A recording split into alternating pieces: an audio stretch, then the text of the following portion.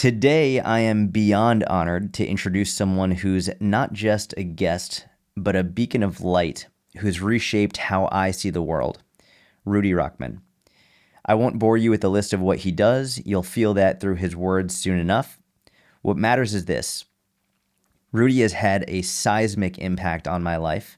He's cracked open my perspective, not with anger or division, but with a rare kind of clarity, one that cuts through the noise of hate and fear.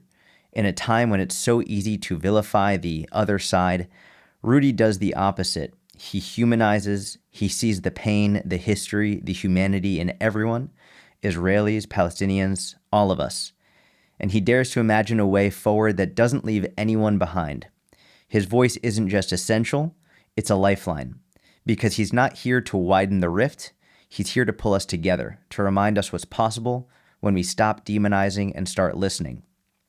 Rudy Rochman, welcome to the podcast. Thank you. Pleasure to be here. So before we dive in, can you just say, who are you? Just imagine someone has no clue who you are, what you do. They may or may not be Jewish. They may or may not be Palestinian. Who are you? I'm a descendant of a very ancient family called the Nation of Israel. That family has 12 sections, 12 tribes. I'm from the tribe of Levi, from both sides of my family. Levites always had a role to be spiritual leaders amongst the people, and I very much so embody that. I'm constantly trying to activate the rest of the Jewish people to lift us up and to get us to where we need to be. I would say I have 5 main missions. The first is to combat anti-Semitism, whether it's physically in wars, whether it's ideologically in college campuses, intellectual spaces, or spiritually, because they're both spiritual wars in their own sense. The second would be to basically to activate the younger generation. A lot of us were taught to practice Judaism, but we're not given the skills to really put Judaism into practice, how to debate, how to do public speaking, how to have the courage, how to defend ourselves, how to know all the counter narratives that exist against the Jewish people, that when we face it, we know what to say. Mm-hmm. The third, I would say, is that our generation lacks a vision and a direction of what is the next chapter of Jewish history, and I'm working hard to get us to that level. The fourth is to transcend the Israeli-Palestinian conflict. This is not a conflict that we started, it's one that we inherited, but now that we have the power, we have the responsibility to fix it. And the fifth would be to reunite the tribes of Israel. Today, the Jewish people that we know of were about 15, 16 million. But that's the descendants of 2.5 out of 12 tribes. There are 9.5 tribes that have yet to come back to our people, to our family, and until then, we're incomplete. If I were to take a car and I only have the body of the car and a few of the pieces, the car's not going to drive. So there's a lot of things that is missing within our own people for us to activate ourselves and become who we need to be. So my 5 missions translate into all the work that I do. I love that. Now, I'm going to focus a lot on the current conflict that we've inherited, what's going on right now. I've heard you say many times something that's incredibly different than what we hear in mainstream narratives. Most of the narratives we hear are people separating Israelis and Palestinians. You've consistently said we're cousins, which I think people are surprised to hear. Can you explain what that means? Sure. So there's 2 layers to this. The first thing is that Arabs and Jews are cousins because we descend from the children of Abraham, or Ibrahim for the Arabs. So Abraham had 2 kids, Ishmael and Isaac. Mm-hmm. Ishmael is the father of the Arab world, and Isaac is the father of the Jewish world.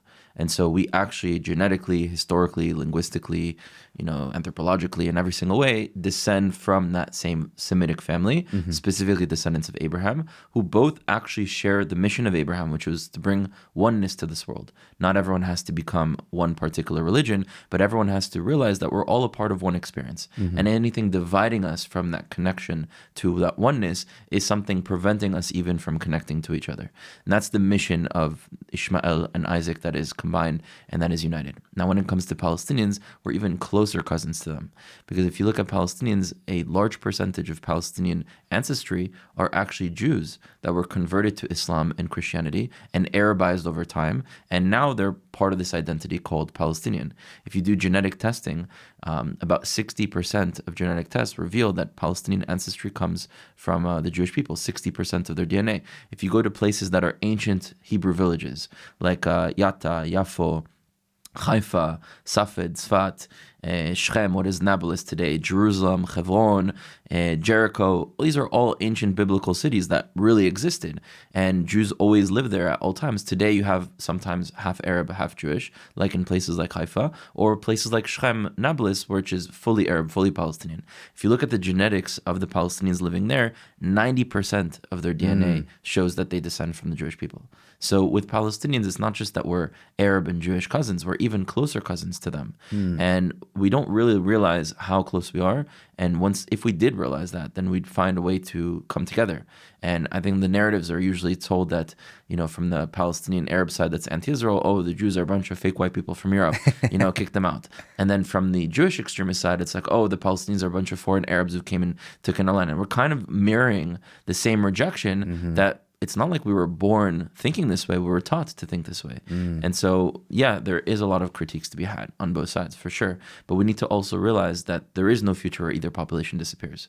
That's not a reality. So to continue to push zero-sum game agendas of it's one or the other or one instead of the other, that's actually fuel to allow this conflict to continue, which ends up having my side of the family being killed on the Jewish side and their side of the family being killed on the Palestinian side. So at some point, there has to be a generation that elevates the conversation and that realizes there's actually truth that exists on both sides. And the real truth is the holistic truth, one that combines both.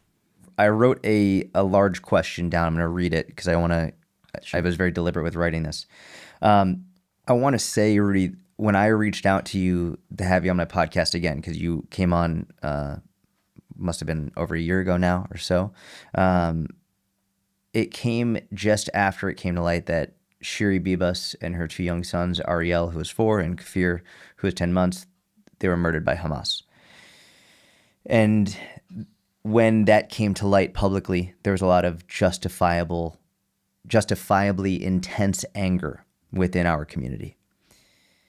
We were furious that 1,200 innocents were slaughtered on October 7th. We were furious that hundreds of our women were raped.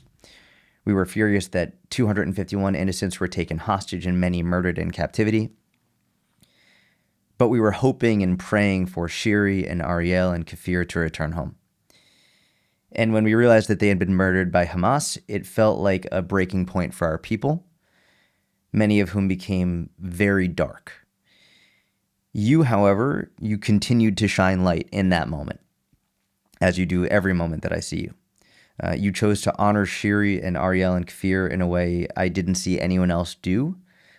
Can you talk about what happened and why you responded the way you did?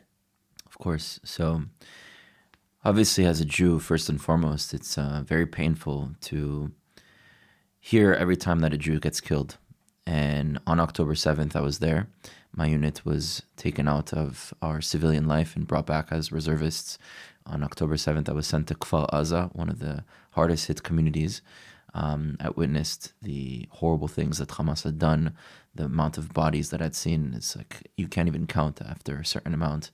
And in the ways that they were killed, it's not just someone's laying dead on the floor. You just see the people blown up into pieces and stabbed in every single way, and just horrible things that had been done to them even before they were killed, especially for women.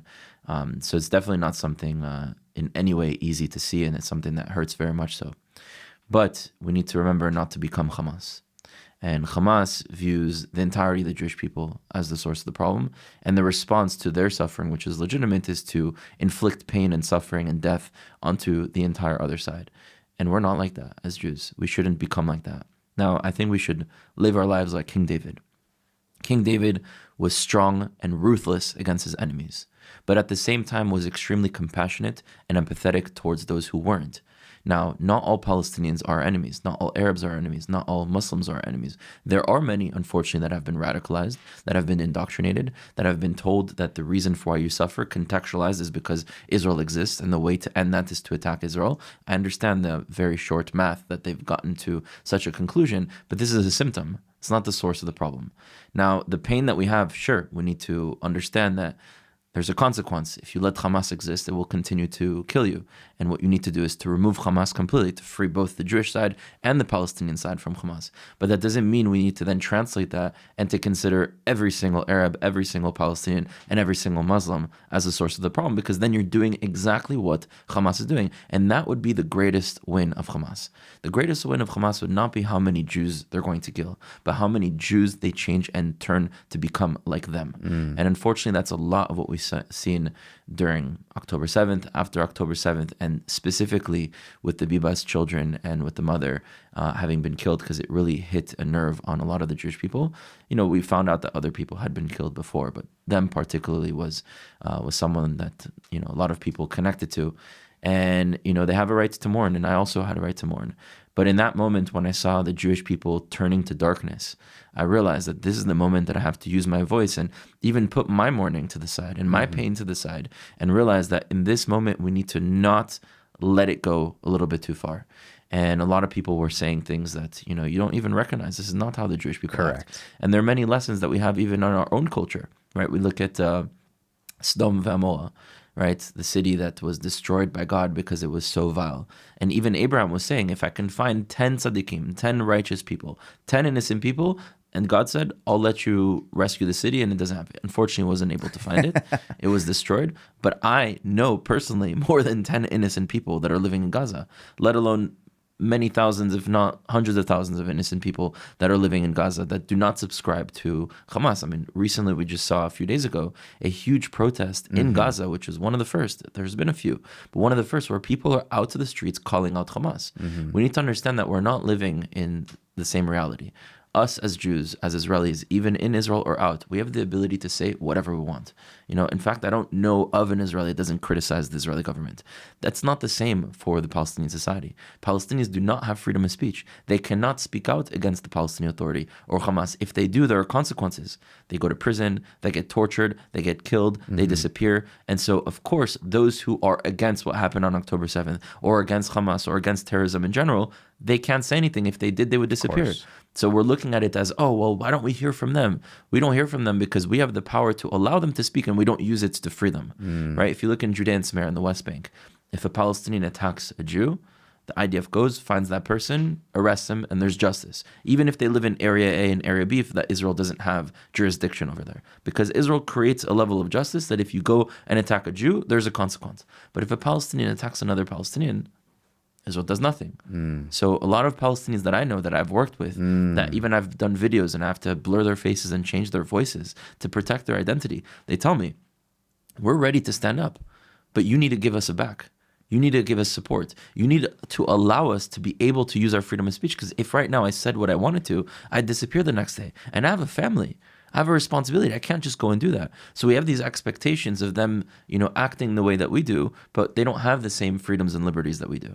So unfortunately, on that day where we found out officially that the Biba's children and the mother was murdered, a lot of Jews went dark. And as a Levite, as a member of a tribe that has a responsibility to elevate my entire nation, I took it upon myself to share messages that showed that we didn't have to go to the extreme. We can condemn Hamas and be harsh against Hamas, right? The empathy and compassion that I have does not mean weakness with our enemies, right? I'm a sniper in the paratroopers. I'm a warrior, right? Thankfully, Hashem, the universe, has never put me in a situation where I have to take away a life, and I hope to never have to. But I'm a warrior for my people. But I'm a warrior of light, meaning when I don't have to do that, in every single way, I'm going to try to elevate this world so that we don't have to be in continuous war, because war is never a solution. It is an outcome of the lack of solutions. Where I'm thinking right now is I have many other questions, but I also want to dive into a little bit of what you said. I'm going to dive into what you said. I want to ask your opinion, because you bring up a really unique point that I haven't heard before.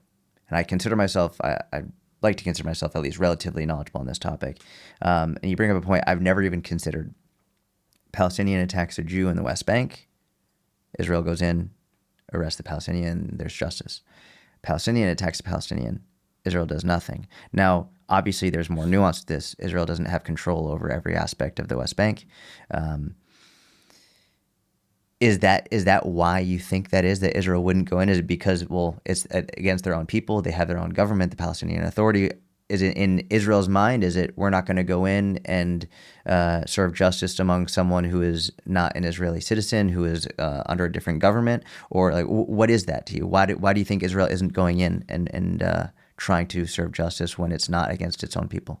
Right. So to clarify, the Palestinians or Israeli Arabs who live under Israeli jurisdiction, there is justice for whatever happens to anybody, right? No distinction. Correct. But if we take the West Bank, Judea, and Samaria, it's divided into three areas. Area A, B, and C.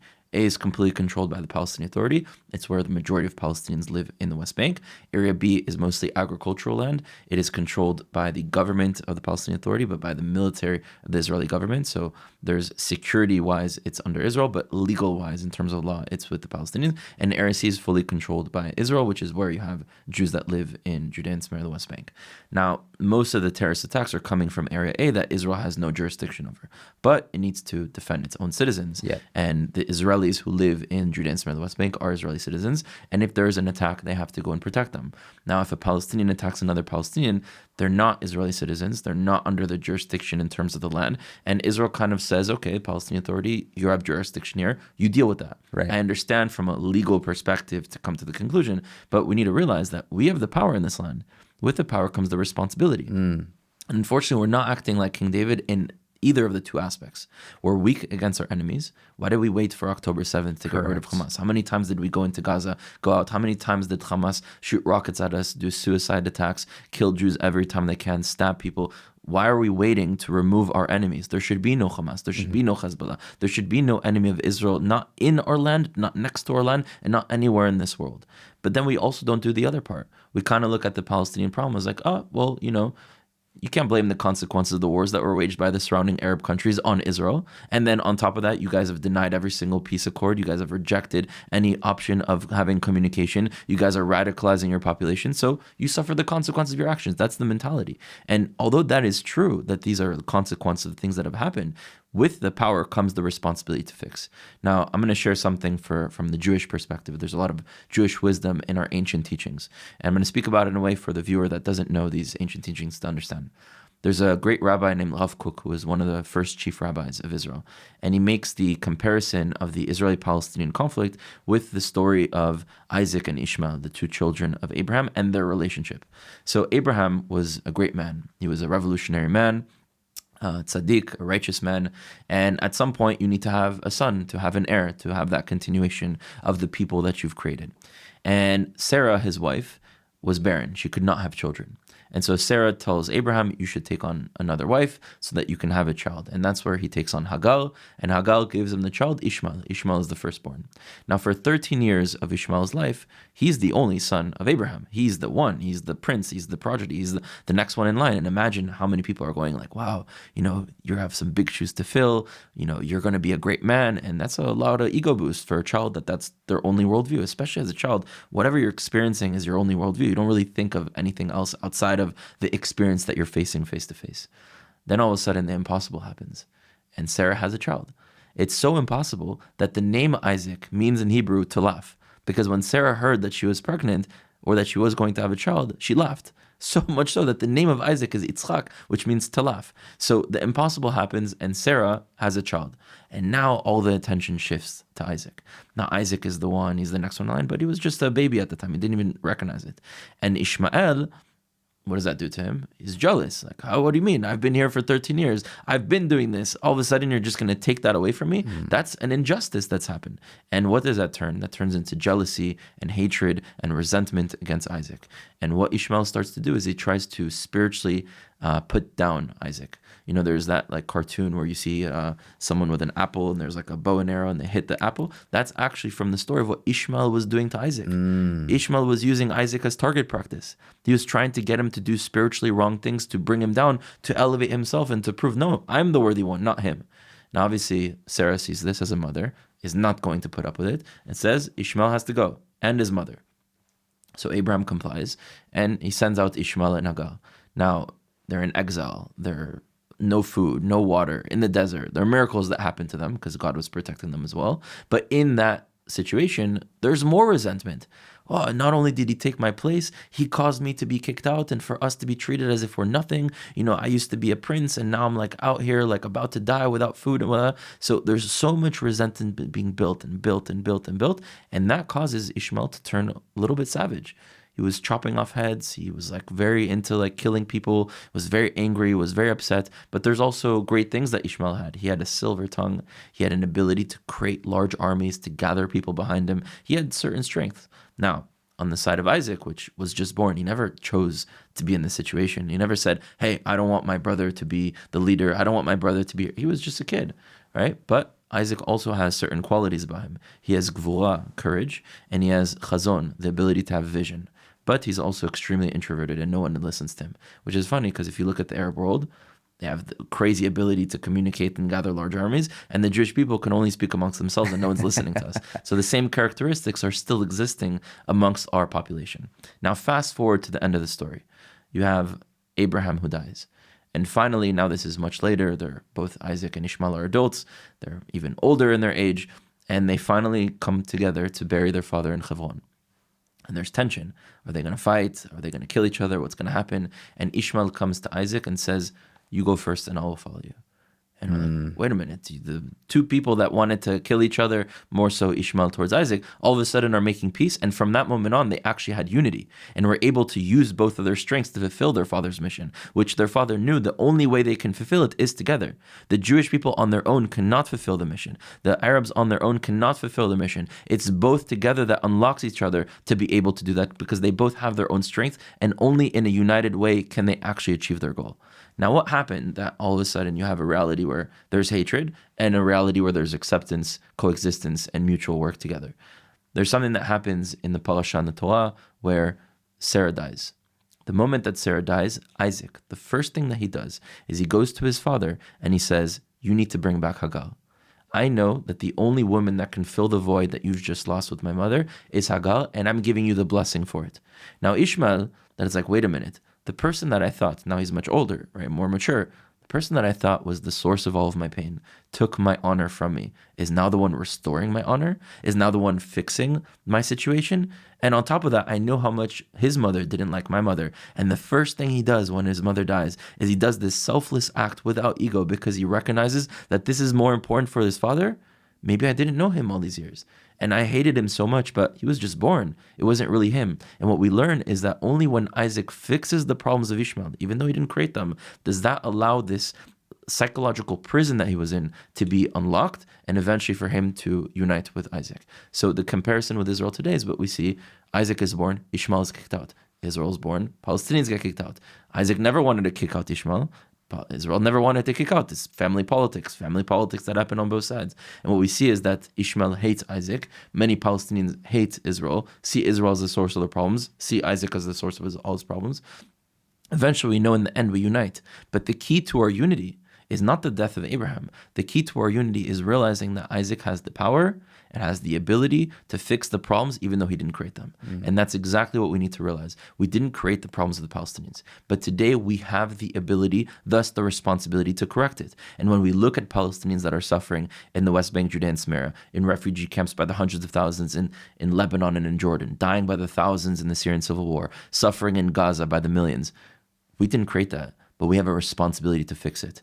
And until we do that, we will always be met with this rejection from the Palestinian side until we make them a part of our story. What would you say to someone who responds to you, you did create that? Because you're saying we didn't create it, but it is our responsibility to fix it. Correct. What would you say to someone, because there are many people who say we did create it. How would you respond to that? I mean, every single bad thing in this world, there are people who are saying that that's the Jews that did it. That's like the very formula for anti-Semitism. You find the source of struggle, pain, and wrong in the world or in any situation or in any country, and you find a way to link that to the Jewish people. So I would say that that's a part of anti-Semitism, but I would also specify what created it, right? Those that controlled this land before Israel created the most successful indigenous liberation movement that ever existed were the British. And the way the British ruled wherever they colonized, whether in Nigeria, turning the Hausa Fulani, the Yoruba, and the Igbos against each other, in India, turning Pakistan and the Indians against each other, or in the British Mandate of Palestine, turning the Jews and the Arabs or Palestinians against one another. And how did they do this? So if you look at the first leader of the Palestinians in the land, his name is Haj Amin al-Husseini. And Haj Amin al-Husseini was a vehement anti-Semite, met with Hitler and said, when you're done killing the Jews in Europe, come and kill them here in the Middle East. Was a horrible person. This doesn't represent Palestinians, but who appointed him as the leader of the Palestinians? The British. Wait a minute, the British are supposed to be for the Jews. You're supposed to be like, that's what the narrative is, right? The British wanted to help create a Jew. Why would you appoint this person that met with Hitler, who, by the way, Hitler was the enemies of the British as well? You appointed this person because they wanted the experience of the Jewish people to be that what the Palestinians represent is hatred for the Jewish people, because that's what this person represented. And of course, he was a liar and manipulated and would say all these different lies to the Palestinians and to the Arab world about the Jews, and that caused hatred as well onto the other side. But they did something else as well. If you speak to most Arabs who claim that Israel and Zionism is colonialism and apartheid and genocide and ethnic cleansing, which is interesting, by the way, because these are things that the West did to the world. The West did apartheids and genocides and ethnic cleansings and colonization and settlements. And what we see today is the far left of the West feels so guilty for the crimes of their ancestors that rather than looking in the mirror and healing the things that they've inherited, they're pushing their white guilt off onto the Jewish people, using us as scapegoats and pointing fingers at us rather than pointing fingers at themselves. But why does the Arab world experience Zionism as a form of European colonialism? Like, what are you talking about? Most people in Israel didn't even have an experience in Europe. Right? Some Jews were forced out by the Romans to Europe, but some Jews were forced out to North Africa, to the Middle East. Some Jews always stayed. So the majority of Israelis today don't even have a diasporic experience in Europe. So why do you see that as an extension of European colonialism? Well, if you ask the question, you'll find the answer. And you tell them, how could you say so? And they always point to the Balfour Declaration. The Balfour Declaration, written in 1918, was basically this one paragraph letter that the British are stating that when they would take the land, they didn't even have it at the time, it was under Ottoman rule, when we will take this land, it is our objective to create a Jewish state. Now, okay, that's a theory that you've said, but after when they did take the land, and all of a sudden Jews are being killed in the Holocaust, where you have a common enemy, the Nazis were enemies of the Jews and enemies of the British, you would think that you would allow the Jews to come back to the British Mandate of Palestine and pursue this agenda that you said you had. But yet every ship that tried to escape from Europe was sent right back to the gas chambers. And even after the Holocaust with the White Papers, the British were preventing Jews from coming back home, putting them in encampments, in prisons in Cyprus and in Mauritius Island, preventing Jews from coming. So if that wasn't the goal of the British in its practice, why did they write the Balfour Declaration? They wrote it in order to give the idea of Zionism and to connect it to European colonialism, which is why today most of the Arab world, when they talk about Zionism, they'll source the Balfour Declaration to say, you see, you are illegitimate. And exactly what the British did everywhere that they colonized is to divide the local peoples, to fight each other so they don't fight them. They did to us, and we failed. In 1948, we didn't pick up on that. We fought each other, 67, 73, and so on, in every single conflict that we've had, in every reality that we're experiencing. We're still living in this reality. That is the source of where it came from. Now, if we understood that there are truths that exist on both sides, Palestinians have a true connection to this land. Like I said, a lot of them descend from Jews. How can I tell you, as a descendant of the Jewish people, even though you're no longer a part of the community, that you have no connection? I mean, just for the Jewish audience, imagine if you have a Jewish village. Romans come, they colonize our land, they rename them Palestine, they kick out the majority of our people, but somehow this village, they were simple people and they were left alone.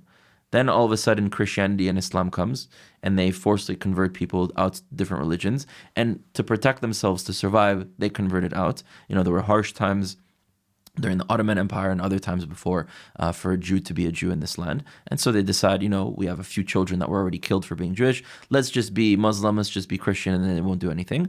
And then over the years, they kind of forget that they had Jewish ancestry, although many Palestinians know it and know specifically where they came from. Does that love and connection to this land go away? Does that connection to Jerusalem just disappear? Sure, maybe now they're practicing something else, that they're praying towards Mecca, but their heart is in Jerusalem. And because I understand that connection, because I have it, I have to respect when someone else has it. So this is the truth that we need to understand and to unpack. There is truth and real connection on both sides. And if you look at the aspirations that both people have, they're different. And if you look at the injustices that both people experience, they're also different. And to create a reality that ends the injustices of both and fulfills the aspiration of both does not contradict one another, and it is the only way for us to be able to transcend. Well said. Thank you, brother. You've spoken about Zionism as a decolonization movement rooted in Jewish indigeneity. Can you walk us through what Zionism is, as well as the misconceptions people have about it? Can you discuss the historical connection of the Jewish people to the land of Israel, and how that narrative differs from the common perception of Israel as a modern colonial project? Sure. So first, to define Zionism, it comes from the word Zion, which means Jerusalem. So this idea of Zionism, wherever you have an ism, it's a human-made social structure, right? Feminism, communism, capitalism, whatever ism it is, whether good or bad, it is a structure created by human beings. So this is a political movement, an ideological movement, with the intention to return this ancient civilization back to Zion, back to Jerusalem. Now, the Jewish people, although some always maintained a presence in that land, wherever we were displaced, we all prayed towards Jerusalem. We all said at least once a year, Shana Ba B'Yerushalayim, next year we will come back to Jerusalem. When we got married and we smashed the glass, if someone's been to a Jewish wedding or have seen it in the movies, or you smash a glass and you yell Mazal Tov, that smashing of the glass represents the destruction of Jerusalem, the destruction of our temple, and the promise that the children from this wedding will come back to Jerusalem. And before you do that, you say, Im tishkachech Yerushalayim tishkachech yimini. If you forget Jerusalem, let your right hand forget what it's supposed to do. Everything within the Jewish culture is centered around returning back to Zion. Zionism was the political movement that actually achieved that. There were other movements before that weren't titled Zionism that sought to help Jews come back to the land. They failed, so most people don't know about them. But Zionism was the movement that succeeded in doing so. Now, of course, Zionism was started mostly by secular Jews, so a lot of the religious Jews rejected that because there was so much division. Even before the Holocaust, we look at the division between Orthodox and religious Jews and secular Jews, and it was horrible. In fact, I think this is the reason we got the Holocaust. The same way that we got October 7th because Israel was so divided. The formula throughout time is whenever the Jews are divided, assimilating, forgetting who they are, worst chapters of Jewish history. Whenever the Jewish people are united, empowered, fulfilling what they are, miracles are happening. And you look at the religious world towards the secular Jews, they believed if a non-Jew invents something, we can use it. But if a secular Jew invents something, boycott it, you can't touch it. That's how much hatred existed from the religious world to the secular world. And now it's existed also from the secular world to the religious world. The secular Jews wanted to suck up so much to the rest of the countries, right, to France and to Germany and to England and wherever they were living. They were often the ones making fun of the religious Jews, making caricatures against them, saying, hey, I'm like you, I'm so like you, I'm willing to throw my brothers and sisters under the bus. And there was so much division that existed that unfortunately what we got is the same result that we get every single time that we're divided. But if you look at that division, of course, if secular Jews are the ones creating this movement of Zionism, a lot of religious Jews are going to reject it, not because they're against the idea, but because they're against the source of the idea, which is why you see still movements like Natoi Kauta and other Jews that are rejecting Zionism. It's from ego. It wasn't us, it was them. In fact, these Natoi Kauta Jews, which are only 5,000, they're a very, very, very, very small minority, but they're propped up constantly because they have the symbols of Jewish caricatures with their payot and their dress, and they wear Palestinian flags and chant the death of Israel. Their real ideology is not that there would be a Palestinian state. The real idea is that you need to destroy Israel, put the Jews in the diaspora, in order for them to eventually come back on their terms and for them to be the ones that create Israel. So it's just crazy like what's going on. But there was this rejection that existed, less so after the creation of Israel, because miracles happened in most of the religious world accepted it, but this was a movement to return back to Zion. And if you look at the original writings of some of the leaders of this movement, like Herzl, he believed in a Jewish state that would include the Palestinians, that would include a freedom for all that were living there. So the intentions of Zionism was to create this beautiful civilization that would be the reincarnation of our ancient civilization, that would have a mix of being more modern today with how the times have evolved, and would be a space for all to live. Unfortunately, that's not what happened in practice. From the Jewish side of creating a Jewish state, it did. But from the Palestinian side of being a part of that experience, it didn't. But that wasn't because of the goals of Zionism, and that wasn't because of the actions of the Jewish people. It was because of the family politics that forced us to experience each other as enemies, and attacks were happening on both sides. And unfortunately, we fell for it, and displacements happened on both sides as well. Jews were displaced, Palestinians were displaced, and we're living with the consequences of that today. Now, if we go back, some people say, well, you say that Abraham is the first Jew. Abraham wasn't even born in that land. He came from what is today Iraq, from Mesopotamia, and he came into the land of Canaan. So the Canaanites are the true indigenous people.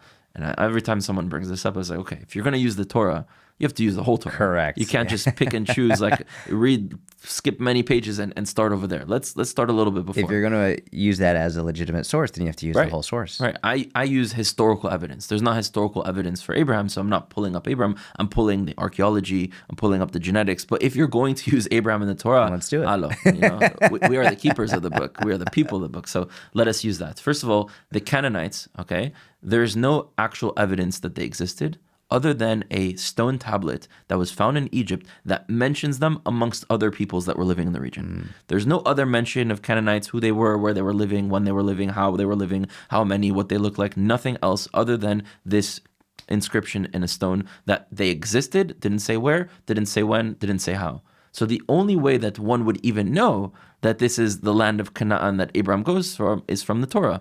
But if we understand, the Canaanites are the descendants of Ham that came from Africa, that invaded into the land of Ever, the Hebrews, took over their land, colonized their land, renamed it to the land of Canaan, and Abraham is a descendant of the Hebrews. Ever, the Ivrim, Ever was the first person who established a civilization in this land. And what Abraham is a Jew in diaspora. He's a Hebrew that was forced out by the Canaanites, not in his generation, but generations before. And Abraham is coming back to his land that had been colonized and renamed to Canaan. So if we go to the origins of the people who are from this land, it's the Hebrews. The Hebrews eventually become the Israelites. The Israelites become the Jews. These are all different names, but talking about that same very people. And the idea that Israel came back, that revived its civilization, that kicked off the colonial force being the British, that revived their ancient tongue.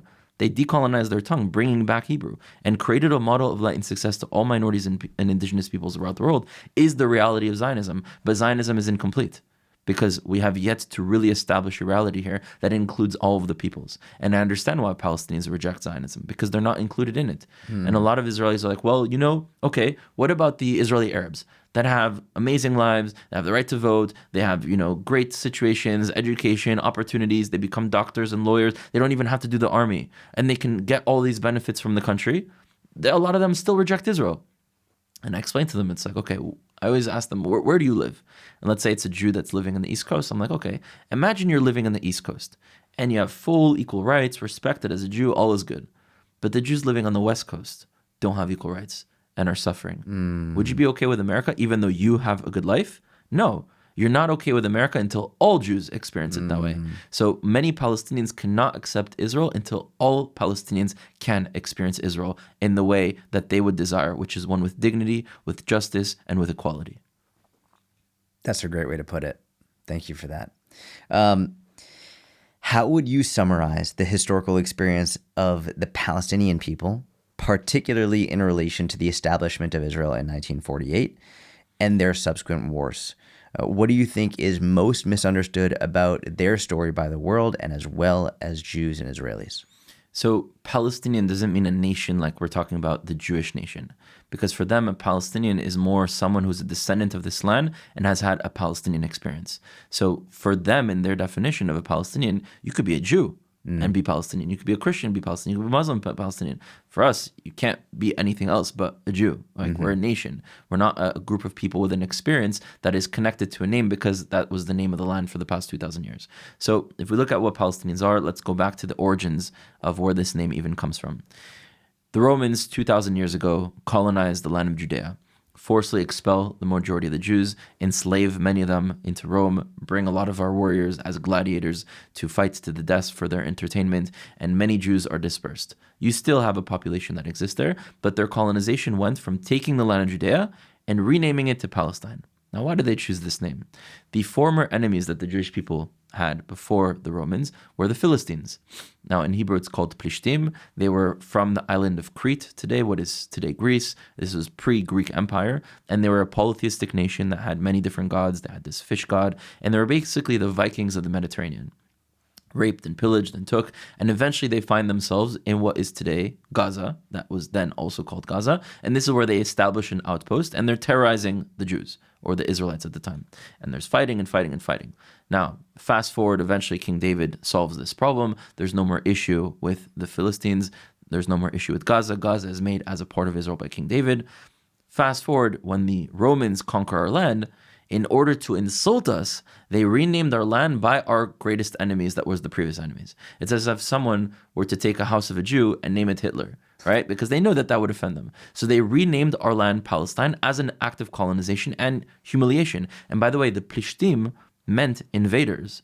Palestine in Hebrew, which is a Hebrew word, literally means invaded land.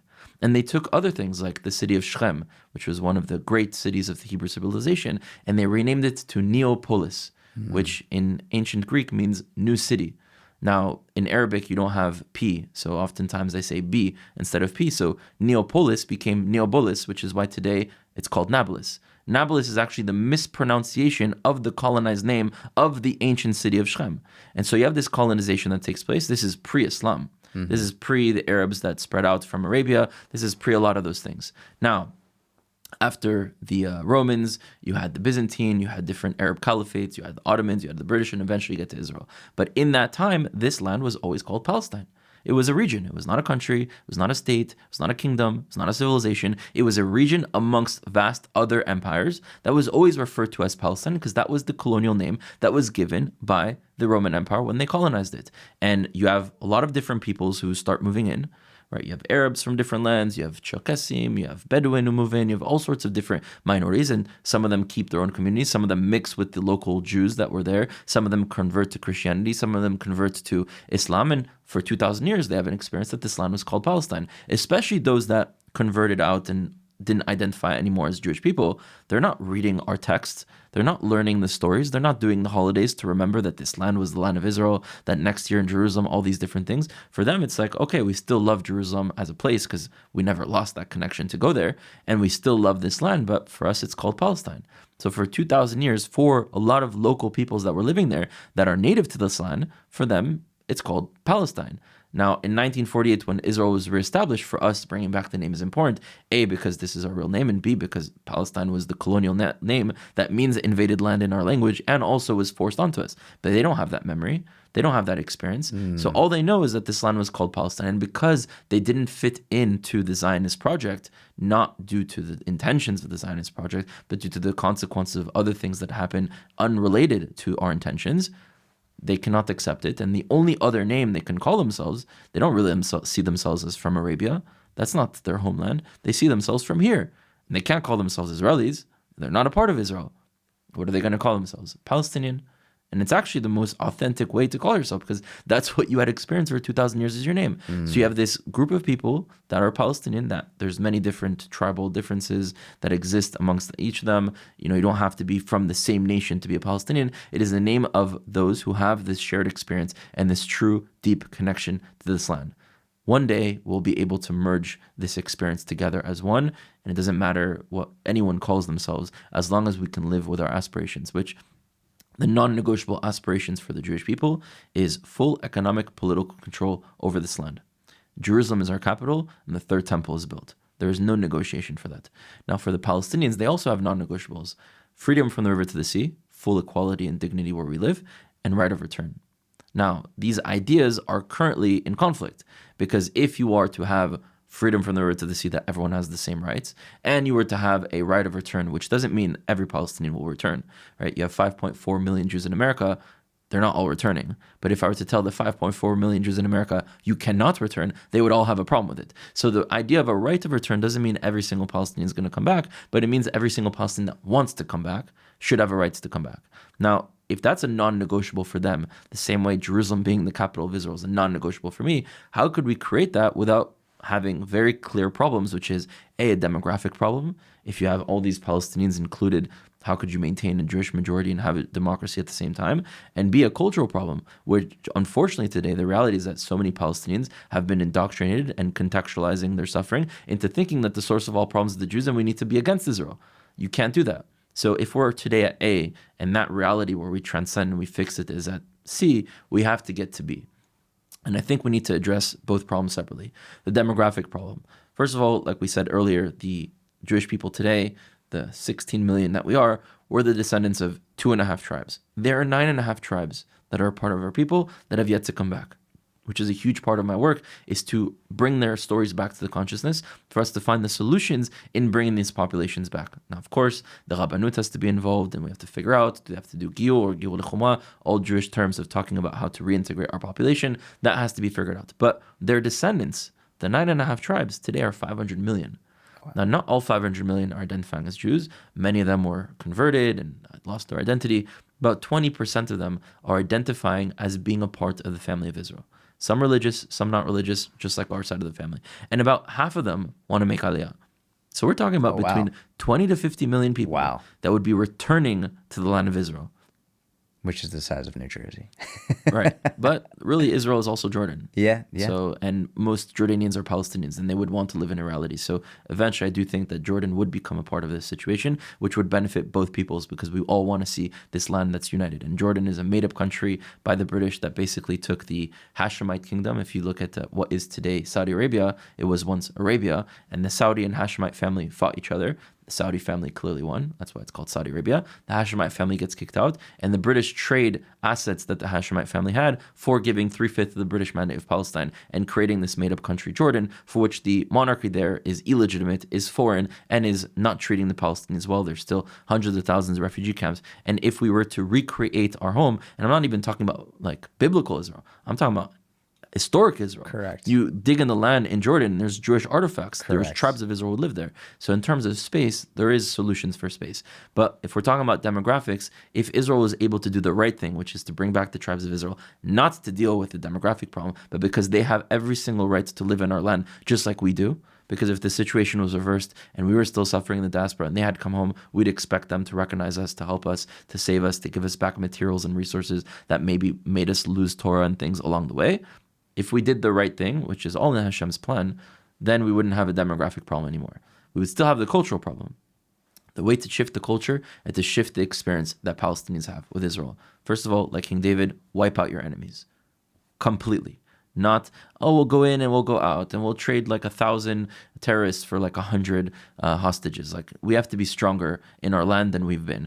But also we have to be more compassionate, which we haven't been. And if the experience that Palestinians had in Judea and Samaria, the West Bank, and in Gaza towards Israel was one that is harsh against those who break the law, but extremely caring for those who don't, and for those who live good, innocent lives. We invested in education, in infrastructure, in job opportunities, in roads, in creating water resources, in recycling plant, to treat the water so that we have even more water, and all these things that Israel has already done for its own country. If Palestinians experience this country as one that cares for them, that takes care of their needs, that wants their lives to be elevated, you could not manipulate Palestinians anymore and do what Hamas has been doing, which is to tell them that the source of your suffering is Israel, if the source of their suffering is the opposite of Israel. If that experience was changed for the course of 10 years, you can see a shift of the culture, which has to start first in the land and then would be exported elsewhere. And we can see many examples of that. You look at Nazi Germany. Killed 6 million Jews, wanted to kill the rest. 10 years later, was supporting the state of Israel. You look at El Salvador, 2015, the most dangerous country in the world. 8 years later, one of the safest countries in the world. You look at China and Japan, hated each other for many, many years. You look at Germany and France. You look at the Vikings and the British. Do these people, these civilizations hate each other? No, things have changed because the conditions have changed. So it's not from now to 10 years it'll change because of the years. It's from now to 10 years it'll change if we make the right steps and create the right conditions to be able to transcend this conflict. It is doable. And the only way to do it is to recognize that there are needs on both sides, and you can bring those needs together. To get to C, we have to get to B. And it is possible to make that happen. I love that. And I love the examples you've brought in around other countries showing very clear signs of change, but we have to actually make that change happen and be strong enough to do it. Both Jews and Palestinians have narratives of displacement, as you've said and as you've mentioned. And also they both have narratives of resilience as well. How do you see these two histories intersecting? And where do they diverge in ways that fuel this ongoing tension? So we're using our suffering and placing it on the identity of the other. We're looking at how there's terrorism and there's people who have been killed on October 7th before and after. That's the Palestinian identity. which is wrong. And then they're looking at the displacement and suffering that happened in 48, and they're connecting that to Zionism and the Jews. And so using the suffering that you experience, although legitimate, but associating it to the identity and to the aspirations of the other, which is illegitimate, is what is causing this reality. But to the fact that we have kind of very similar experiences of displacement. As a Jew, I can understand why a Palestinian still wants to be seen as a refugee elsewhere. Right, even though that we were kept as refugees in other lands, right, wherever we were living in Europe and North Africa, in the Middle East, like Jews that were living in Russia never were treated as Russians. We were never treated as Polish. We were never treated as Moroccan. We were never treated as Yemenites. We were never treated as Ethiopians. Wherever we lived, I can understand why Palestinians, even though that they may have equal rights today in the society that we live in, they still see themselves as a refugee from this land. We have that same connection to the fact that we would also see ourselves as an ongoing exiled people who are now living in lands foreign to us as nomads. That's how we saw ourselves, and that's really how we are. Even if we have a piece of paper that says USA or France or this and that, I always tell people, like, how much was it worth for the Germans that had it for one generation and thought so much that they were Germans? Those pieces of paper burn with them in the ovens, right? So our temporary status does not define our identity, and that status can be removed in 1 second. And we've seen that happen throughout history. So I think there's a lot that we can relate to one another in terms of our displaced experience, in terms of our love in Israel. And I can give you an example.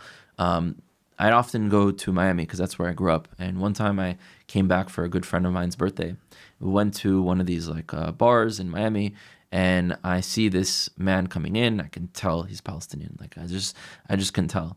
And then I look, and he has a necklace of what I call Israel, what he calls Palestine. And he's looking at me, and I'm wearing the sutra, right? And he's like, what is that? Is he with us? Is it or not? And a lot of times, like, humans will mirror your reaction. And because I smiled at him, he's like, okay, this is safe. And he comes to me, he's like, hey, how are you? Salam alaikum wa rahmatullah wa barakatuh. And he's like, where are you from?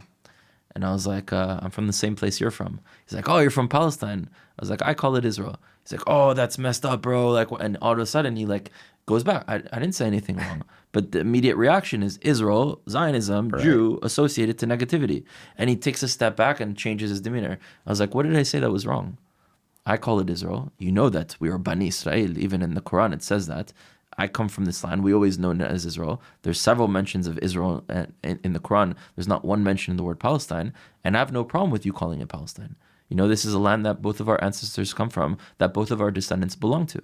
And I started speaking it to him this way, and he's like, wow, I never saw it that way. And then I realized, for the Jewish audience, I have a few brothers. I have 3 brothers. Let's say I was wearing the map of what I call Israel, and I had my Hebrew name Israel on it. That's actually my Hebrew name. But then I have my other brother Mikal, right, who his name is Shimon, and his Hebrew name. And he had his name Shimon on the map of Israel. Would I feel that he's taking away from me because he has the name Shimon and I have the name Israel? No, because it's the same land and we're connected. So the fact that you call it Palestine, because I know it's unrelated to the history of why it's called Palestine, it's just related to the fact that you've had an experience in this land and you can't identify it as Israel, that's actually something to unite on. We love the same land. We are from the same land. These are things we should unite on. And after explaining it to him in this way, he teared up, we gave each other a hug, and we were able to move forward from that conversation of going against each other to realizing that, it's all in our heads. It's all in a matrix that we're living in. And the moment that we break free from that, all opportunities are available. That's beautiful. That's a great story. Thank you for sharing that. I hadn't heard that one yet. Many in the anti-Israel community say that Jews and Palestinians lived in ultimate peace before 1948. But the riots and the revolts tell a very different story. To name a few, as you know, the Nebi Musa riots in 1920, 200 Jews injured and 5 were murdered. The Jaffa riots in 1921, 47 Jews were murdered and multiple accounts of rape. The Hebron massacre, most infamously 1929, 133 Jews were murdered and again, numerous rapes. How do you square this documented pattern of historical violence pre-1948 with your push for unity today? So a lot of times we talk about what, but we don't talk about why. Even today when people are saying, oh, look how many Palestinians have been killed, it's horrible. Any individual Palestinian that's an innocent civilian that's killed is a tragedy in our family. but we don't talk about why. And if you go to a doctor and you say, hey, I have like pain over here and I have pain over there, they're not just going to try to deal with the symptoms. They want to go to the source, right? If a person pushes another person into a fire, the fire may be the cause of death, but the murder is the person who pushed them. You need to find out the source of what is creating the problem. You don't talk about the what, you have to talk about the why. And this also not only is related to what's going on in the land pre-48, it's also where my family was living in Ujda. In 1948, there was a massacre of the Jewish community in Ujda as a retaliation to the creation of Israel. This was not done by the government. This was done by a local mob of Arabs. But the reason they did that is they were told in their mosque that the Jews were killing the Palestinians and that the Jews were destroying Al-Aqsa and that the Jews were doing all sorts of things that wasn't going on. And so a lie is what they were reacting to. And it's the same thing in these massacres. You're talking about 1929, you have Hajj Amin al-Husseini, who is going out and saying the Jews are here to destroy Al-Aqsa, are here to kill the Palestinians, have raped and killed us. And so their reaction is coming from them thinking that this is what's going on, and they're reacting that way, which doesn't make it legitimate. But it's not because they were just Jews. It's because there was a lie and a false trauma created onto them that then they're reacting this way. And we also have to talk about how there are many Arabs in all these places that saved Jewish lives at the same time that these massacres were happening. Specifically in 1929 in Hebron, you have many Palestinians who went out, protected Jews, and hid them so that they wouldn't be killed. So even though we need to condemn these horrible things that these individuals did, we need to understand why it happened in order to make sure it doesn't happen again. And we need to make sure not to generalize every single Palestinian for the actions of the minority. It makes me think of today, you're talking about how these actions happen as a result of a lie. And I feel like lies nowadays spread so much more quickly across such a wider audience due to social media. This is one I'm excited to hear your thoughts on. You've expressed skepticism about the two-state solution, and you've even expressed skepticism about U.S. foreign aid. What does a legitimate solution look like to you? One that respects both Jewish and Palestinian aspirations, and how do we move toward it? So first of all, let's address the two-state solution. Any solution that will come has to fulfill the aspirations of both and end the injustice of both. And a two-state solution does neither for either. It will not end the injustices. In fact, it will only elevate them, and it will definitely not fulfill the aspirations that both of our people see from the river to the sea. This is our land. So you're only pushing the problem further. Plus, if you look in Judea and Samaria, the West Bank today, there's over 700,000 Jews living there. They all have guns. To all the Israelis that are saying, oh, well, just take out the Jews from Judea and Samaria and then we'll have everything. I was like, well, okay, go and take them out. Good luck. Like, are you willing to go and kill Jews to go and do that? Because they're willing to kill you to stop you from doing that. So stop saying something that you're not actually willing to put into practice. That reality will never exist. That's number one, let alone the security threats. But let's go to the most basis, right? There's a story of King Solomon, who's a great leader, a great king, very wise, but also a great judge. And there's a story that we learn that there's at one point two mothers that come to his court and both claim to be the mothers of this child. And King Solomon doesn't have a DNA test to be able to tell who's the real mother. So he's like, you know what? I'm going to take the baby, I'm going to cut it in half. You're going to get one half, you're going to get one half. And one mother's like, okay, sounds fair.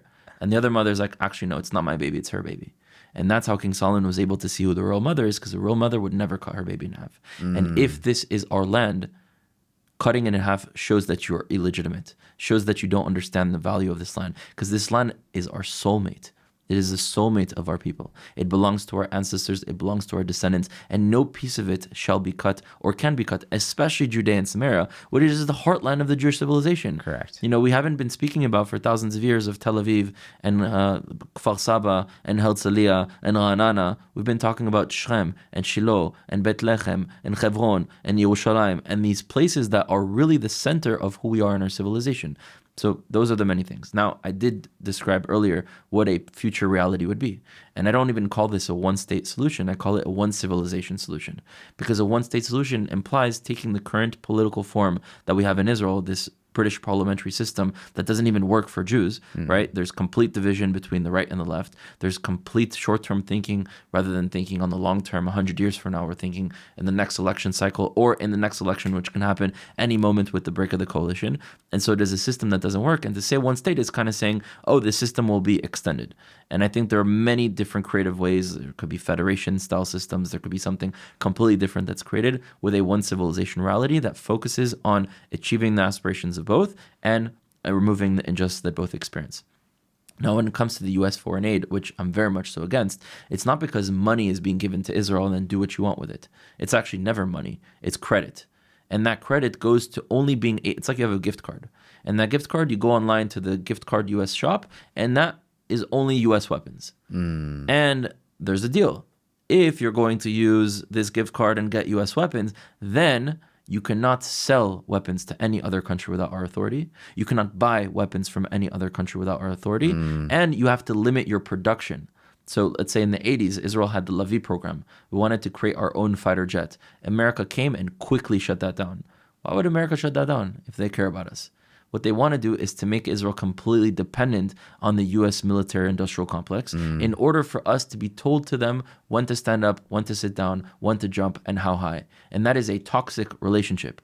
I'm not against a relationship with other countries. I'm against a toxic relationship with other countries. And sure, maybe Israel tomorrow can't automatically create planes and create that industry, but diversify. Don't be completely dependent on one side. Right. And maybe someone could argue, say, look, well, Trump is on the side of Israel. Fine. Maybe that's an argument. But what about the next president? What about the day that America turns on Israel? What about the day that America falls, potentially? What's going to happen then? We're so dependent on them to be able to defend ourselves. What happens in the moment that we cannot rely on that? We have to work to be completely independent on ourselves, and it's unfortunately something that we've been failing to do, and realize that if we do have a relationship with another country, it has to be a mutual beneficial relationship, not just a benefit to one side. And on top of that, the way that America wants to keep us into this loop of being dependent on them is to make sure that this conflict continues. Because if there's no conflict, there's no need for weapons, and there's no need for you to be dependent. So they keep pushing the two-state solution. They know it'll never happen. They keep dividing people. Each time there is a potential for us to come together, somehow it evaporates. And we have to understand that there are many people that are benefiting from this conflict. None of them are the Israelis and Palestinians. The Israeli government, certain politicians are benefiting politically. Hamas, financially and with power. Palestinian Authority, same. Media companies, all these international organizations, what would you be if you didn't have this conflict continuing? So it's in your interest. And also countries that are pumping out weapons to both sides. Let's play a hypothetical game. Just in your mind's eye, in your heart, in your soul, you look at a one civilization solution. What does that look like realistically? Like, what is that actually like practically? Everyone living in the same land peacefully? Like, what would that look like? So peace defines a current period of time where two or more parties don't have the need to fight each other. What we want is not a short-term peace. We want a long-term peace. And to get there, you have to create true justice. And that true justice focuses on fulfilling the aspirations that both have, which I specified, like for the Jewish people, full economic, political, and military control over the land. Jerusalem is our capital, third temple built, non-negotiable. Palestinians, right of return, freedom from the river of the sea, non-negotiable. You can make that happen in this one civilization if you set it up in the right way, which I specified a path for us to be able to get there. And if everyone experienced what they wanted, there would be no more need. And then we have to go on to unite the rest of the Middle East, right? When Abraham is told that from the Nile River to the Euphrates would be his land, Abraham has two children. It's Ishmael and Isaac being united. This will be kind of like a union within the Middle East, not just a Jewish country or an Israel. It would be a united Middle East. And we have a mission to this world, to get rid of idolatry, to get rid of negativity, of materialism, of famine, of poverty, of pollution. That is the mission of the children of Abraham. And that mission can only be accomplished when we're united. And we talk about, as the Jewish people, tikkun olam and or lagoim, to heal the world and empower all nations. Well, how about tikkun babaytim abnei dodim? How about we heal our own home with our own cousins? That is also a part and the first step that we need to go into healing the rest of the world. Okay. I love that. Thank you. If you, and I know you're not trying to be prime minister, but let's just play the game. Let's say you're prime minister right now, and let's just say you have complete control. You can do whatever you want. What would you do to bring lasting peace right now, what would be your first, we'll call it executive order? What would be the first thing you do?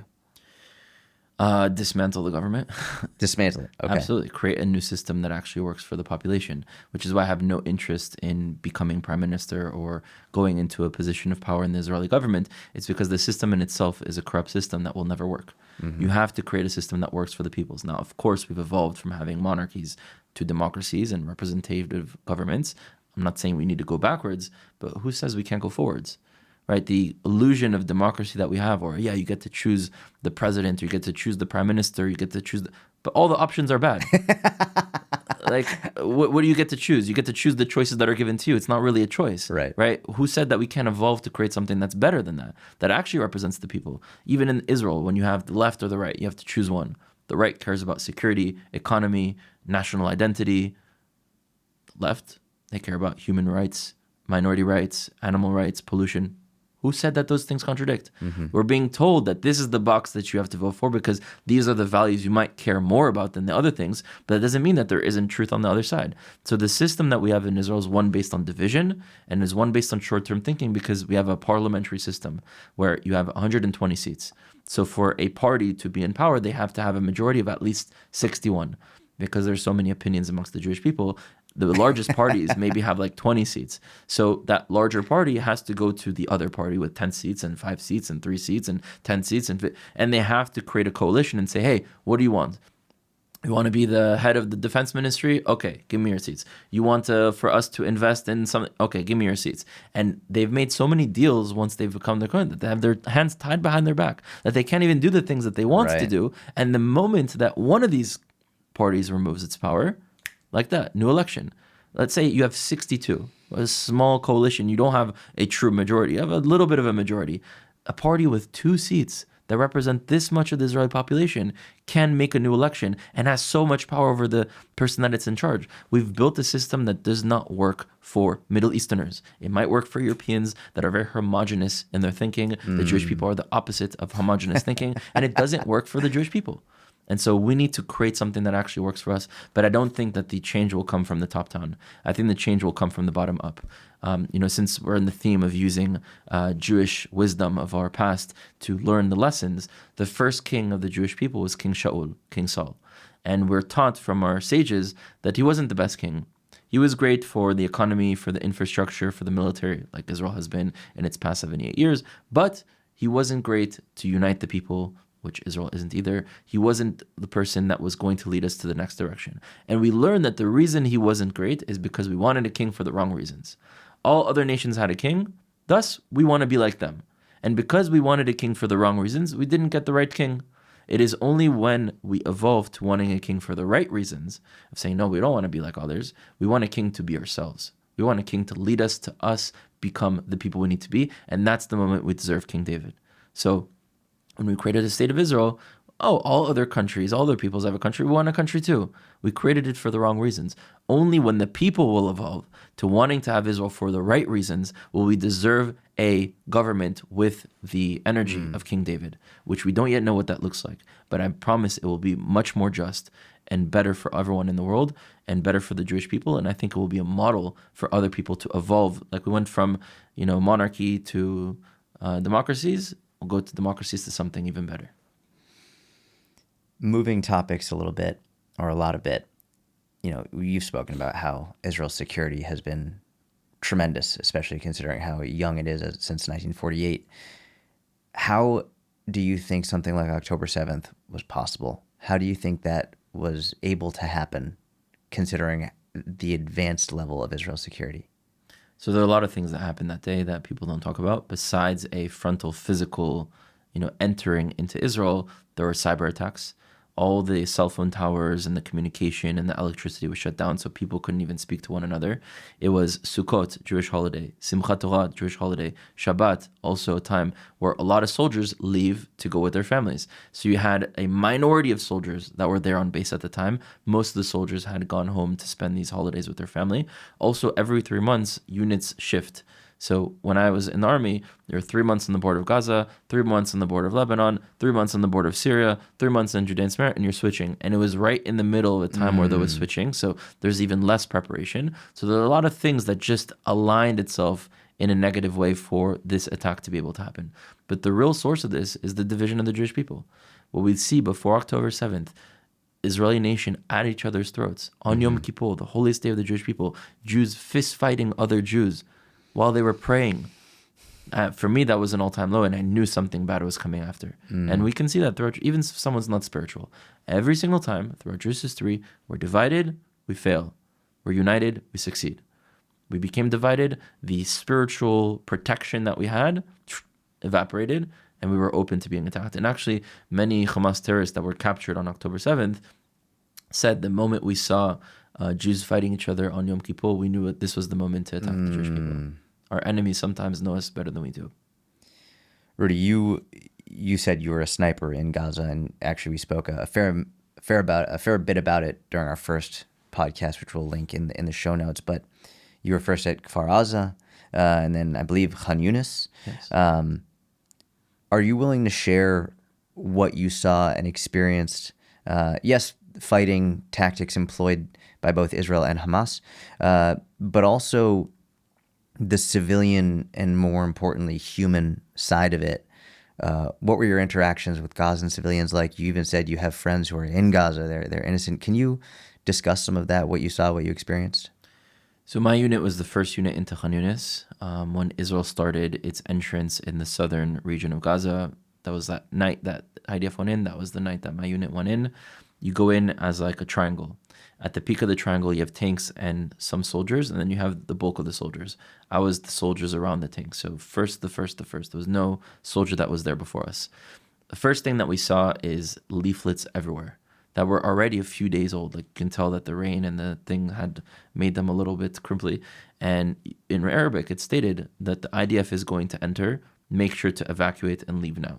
So there were no civilians in Khan Yunis. There was only one woman that was a civilian that was, elderly and seemed to have some sort of schizophrenia, some sort of mental health.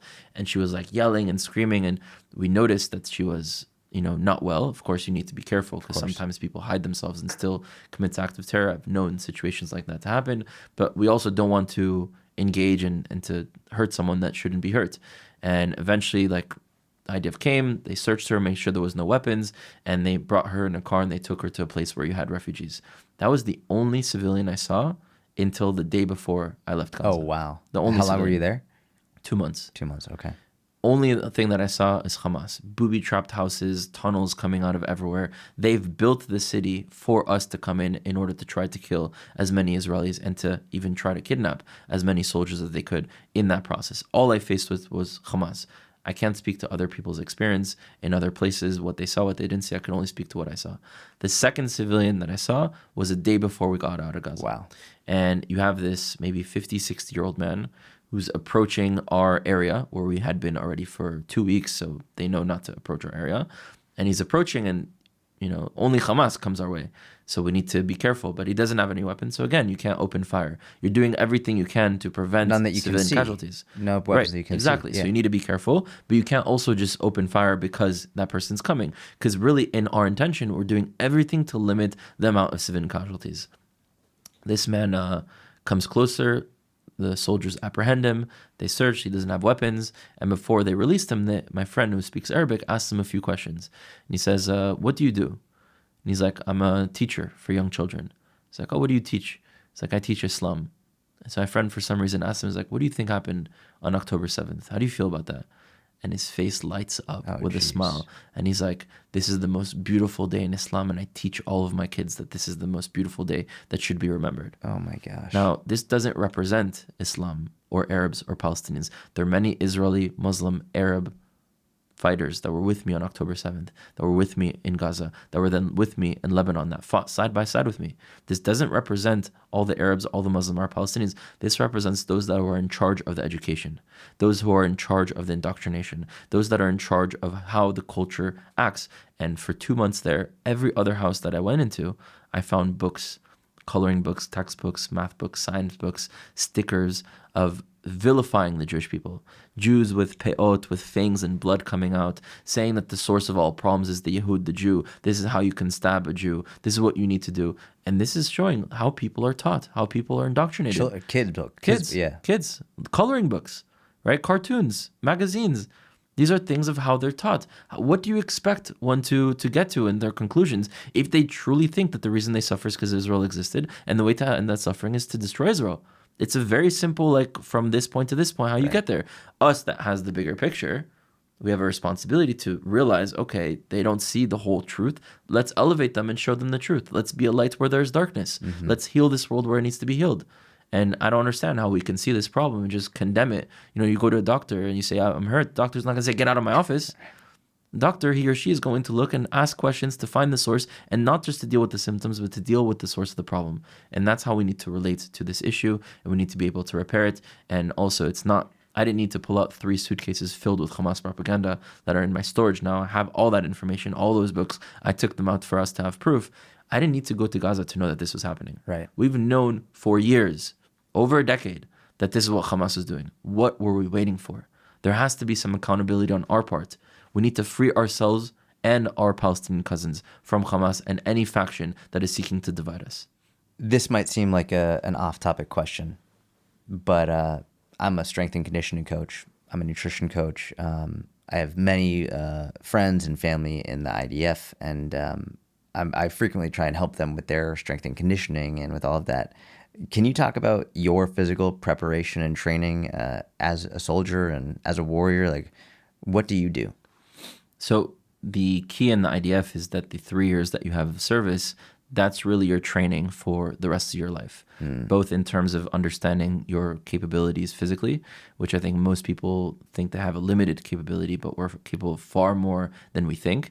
And we can see that in the very rigorous, very difficult situation that we were put in the IDF with, marching 90 kilometers with half of my body weight. I didn't have skin on the bottom of my feet, or in the tryouts to get into the paratroopers. We had to crawl so much that all of my skin on my elbows was peeled off, was bloody. And you get put through these situations where once you go through that, life can't get harder, and you realize you're capable of doing everything. And what you realize even in your training is that, you start off with a huge draft class, and in the first 2 months, most of the people drop off because in their minds, they can't do it. They quit. They're not strong mentally, which is the most important thing. But after a certain point, everyone who's staying now is going to stay for the rest of the time because we're all strong. We know we can make it. So I would say a lot of that training helps you then deal with the rest of your life. Every few months, you still have reserves, so you get that training. You do Krav Maga, you do some running, you do some shooting, you do all sorts of stuff, first aid, how to be able to do a tourniquet, and so you have that constant training that you have. And for me, even though the physical war may end, the ideological war for me continues. On college campuses and every place that I go to, I'm constantly traveling, I'm constantly on the move. I'm a very active person, and so I think that kind of upbringing and life that I live allows me to be in a very clear space. I think a lot of the mental clarity that I get also is from putting tefillin every morning.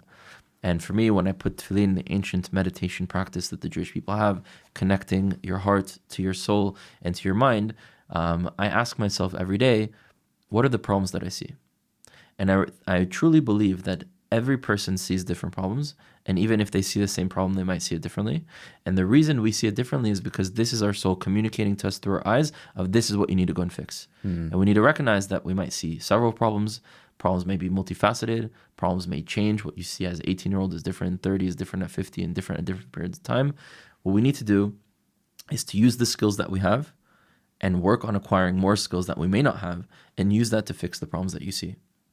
For example, public speaking, which thankfully I've become good at, is not something I was born with. I'm actually very introverted. I'm usually very quiet when I'm coming into a room. I want to be on the side, not in the center of the attention. But I have to work on myself to be able to put myself out there to do what I know is part of my calling, or communication. I learned French being born in France. I moved to Israel when I was 3. I learned Hebrew. I moved to Miami when I was 5. No one speaks English in Miami, right? Like even the English that they speak, it's pero mira, you know how it is. And it's like, I'm not speaking French in my house. And no one speaks English properly. I didn't even master the English language till I got to Colombia to the university that I chose to go as listed the #1 most anti-Semitic university. And I'm like, wow, I have to learn how to speak in order to communicate for people to respect what I have to say. So it's not just the skills that you were born with, which we're all born with different skills. It's also to work on yourself and to apply that to fix the problems that you see.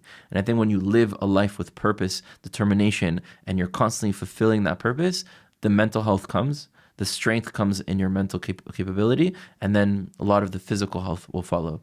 I also, on and off for many years, I've been doing intermittent fasting. Okay. I also do intermittent fasting now. I cut out dinner, I eat breakfast and lunch, unless it's Shabbat or part of the Chagim. So you're going to eat Shabbat dinner tonight? Yes. Okay. Yes. Well, I haven't eaten since lunch, and I still didn't have breakfast. I've only had a coffee. Oh, coffee. Okay. Yeah. Okay. So for me, I mean, every body is different, right? Yeah. Every person is different. I'm not saying that this will work for everyone, but it gives me a lot of mental clarity. Gives me a lot of stamina. It gets me to have better sleep than the sleep that I have. Thankfully, I also am capable to fall asleep wherever I am, on a plane, on a car, in a tank, wherever you put me. I'm able to fall asleep. I can wake up like that and be fully functional. So thankfully, I was built to be able to walk in the shoes that I do. Does intermittent fasting help in combat scenarios, or just when you're in a situation which you might not have food or as much food as you'd like? Hey, listen, I don't need to eat right now. I'm not on a schedule. Like I can fast for longer periods of time, and then when you're ready to eat, like is that helpful for you? Is that part of the reason why you started it? So for me, it's almost impossible to do intermittent fasting when you're in war. Oh, okay. Because there's like, you don't know when you're going to get that next meal, and you're like so deprived of so many like nutrients and resources that the moment you can eat, like you're going to eat what you can. So I don't do it when I'm in war. Okay. It's hard to do it when I'm traveling, but I've been able to be successful, now when I do it. It's mostly when I have my schedule, which I'm in my house, I wake up and this and that, but my life is constantly changing. Yeah. So it's difficult, but I find ways to make it work. And yeah, I do think it's something that helps you a lot. Because in the Jewish tradition, we have already a lot of fasts. And when you're a Yes. soldier, you have wars that you go to or trainings that you go to that teach you how to survive on very minimal food. You are prepared for that day. You don't need to do intermittent fasting to be prepared. All my friends that don't do it are still very much so prepared. But I do think it gives you a lot of mental clarity. Usually when I go to Africa for our big trips where we go to film, I usually fast for like 3 days. Really? Yeah. I drink water. Yeah, of course. But for me, it's like mind over matter. Like food is not what controls me. And I want to like rid myself of like all toxins and everything. I go on like a 3-day fast before going. And for me, it makes me stronger. Good. I like that. It's mental, spiritual. It's not just physical. Correct. I like that. As you know, Israel unilaterally pulled out of Gaza in 2005. It forcibly removed over 8,000 Jews from their homes, and they gave all of that land to the Palestinians in an effort to create peace. Unfortunately, for both Israelis and innocent Palestinians, they elected Hamas, which spent billions of dollars building terrorist infrastructure to try to wipe out Israel. Obviously, hindsight is 20/20, but do you think it was fair to try it, or was it completely doomed from the start and it never should have been an option? No matter how it would have been doomed, it would have always been doomed. Because again, dividing this land or cutting your child in half or taking a piece of your child off is always something that will lead to a disaster. The Palestinians will never want to see a reality where they don't live equally with dignity from the river to the sea, and neither do the Jews. So cutting off a piece of the land of Israel, a piece of the land that Palestinians are connected to as well, and creating a separate entity will always lead to disaster, which is what happened. Unfortunately, Hamas was elected, but it's important to note that Hamas did not run on the same policies that it enacted. Yeah. It did have very negative, stuff that it said about Israel and the Jewish people before, but Fatah, which was the other party, was even worse. Yeah. They were the ones that did the intifadas. Yeah. Right? They were the ones doing the suicide bombings, blowing up pizza shops and coffee shops and buses. So I think the anniversary of one of that was yesterday. yeah, and so Israel, a lot of Israeli government actually saw Hamas as a future partner that would be better than Fatah, and were supportive of this new political movement that didn't really yet have power in that sense to see what they could do. Unfortunately, when they took power, they killed all their opposition and they created something even worse. But again, in hindsight, 20/20. But we need to remember that when the Palestinians were electing Hamas or Fatah, there were two bad options. Right. And Fatah was actually the more extreme version than Hamas. So we can't also blame and say, oh, you see, well, you elected that. Look at their options that they had, and they actually Correct. chose the less violent option, which unfortunately became the more violent option. They did not have an election ever since, so you can't even say that this was democratically chosen. Correct. They were what, on their 18th year of their 4-year term. That's not how it works. Correct. So yeah, it could have never worked no matter who chooses what. And the only solution is one civilization where Gaza, Judea and Samaria, and Israel is united into one experience that we can all live on. You focus heavily on strengthening Jewish identity, which I've benefited a great deal from the way you speak about it and discuss it. At the same time, how do you reconcile strengthening Jewish identity? How do you reconcile that with the need for a solution that includes Palestinians? And can reinforcing one group's identity also pave the way for peace with another? Big part of the Jewish identity is not understanding just what we need to do individually, but also understanding what we need to do collectively. If you take a heart, the heart is made up of many cells. The cells needs to know how to duplicate themselves, to heal themselves, to get rid of bad cells, but they also need to remember that collectively they have a role to be the heart. That's why they even exist. Now, as Jews, we need to be good people, to do 613 mitzvot, to do all sorts of stuff, but we also have a collective role. That's why we even exist. And that role is to do healing of the world and empowering other nations to fulfill their potential.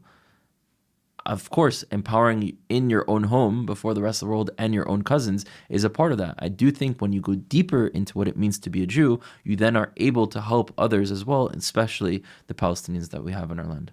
Makes total sense. Okay, this is an important one. We've seen many wars and thousands of needless, innocent deaths on both sides. Israel is rightfully concerned for the security of its civilians, and innocent Palestinians likely feel betrayed as they no longer have access to the land they once called home. Beyond politics, what do you think the average Israeli and average Palestinian family have in common, both in terms of outlook or perspective, as well as when it comes to the toll of this conflict? I don't know one Israeli that hasn't been affected by the conflict, and I don't know one Palestinian that hasn't been affected by the conflict, either a friend or a family member that was killed due to war, and it's something that is affecting both of us. Neither of us are benefiting or profiting from it. Also, we have the same ancestors. Our ancestors were connected to this land. Our descendants will always be connected to this land. We see this land as like our home, not just like a piece of property that we've like bought and built a house on. Like, this is something that belongs to us more than just what it looks like. Even when Jews were coming back to Israel, in the 40s and in the 30s, and even before that, there were Aliyot movement. It's not like they were coming back to something that was so beautiful, right? It was beautiful spiritually. It was beautiful with the memory that we have and what we envision it to be. But we're going there not because it's like the most materialistic beauty, but because this is actually where we belong. And I think that's something that we both relate to. And if we focused on those things, if we focus on the things that actually unite us, we could transcend. I think if we understood that Palestinians descend from Jews mixed with Arabs that poured in who came from this land, and Palestinians understood that Jews, although some of them had displacements and there were rapes and stuff that happened along the way, but we mostly descend from people who came from this land. If you viewed each other as peoples of this land rather than foreigners, we would have a very different relationship, because the reaction we're having is a reaction to a foreigner, not a reaction to a local. And if we saw each other as locals, peoples, I think we would treat each other differently. Okay, 2 more questions. And they're very similar questions, but I'm interested to see if the answer differs. Sure. The first one, if you were speaking to a room of young Israelis and young Palestinians right now, just Israelis and Palestinians, what is one concrete, practical action that you'd encourage them all to take together to build a better future right now? To specify, I think too much times we're speaking in generalized terms, to specify what does it mean to be a Palestinian, what does it mean to be an Israeli, and what kind of future do you want to live in? Because a lot of times they'll say, well, would you live one day in, like, there's some interviewers that go and ask Palestinians, would you live in Israel? They're like, no. But for them, Israel means they're suffering.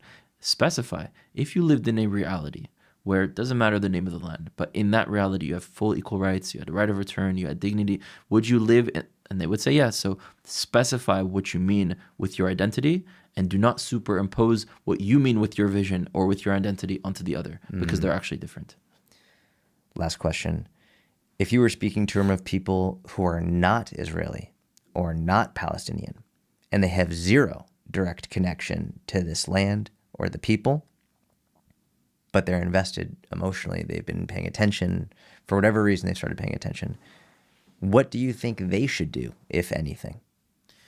If you're a true ally of both or one or the other, help us come together. If not, stay out of it. Simple as that. Rudy Rochman, where can people follow you? You can follow me in Israel. No, I'm kidding. On social media, Rudy_Israel. Israel's my Hebrew name on Instagram. Rudy Rochman on other platforms. And yeah, if you just Google it, you'll be able to find it. Is there any other message, anything you'd like to leave people with? Yeah, I think we're living in an incredible time. If we look at the span of human history when it comes to the Jewish people and Palestinians, we have so much potential today. And I think it'll be up to our generation to be able to figure that out. And we're living in a time also with communication, with travel, with resources, with technology, with medicine. Like, all the tools are there. We just have to work together to put them together in order to create something that we would want to live in. Thank you for coming on, brother. Of course.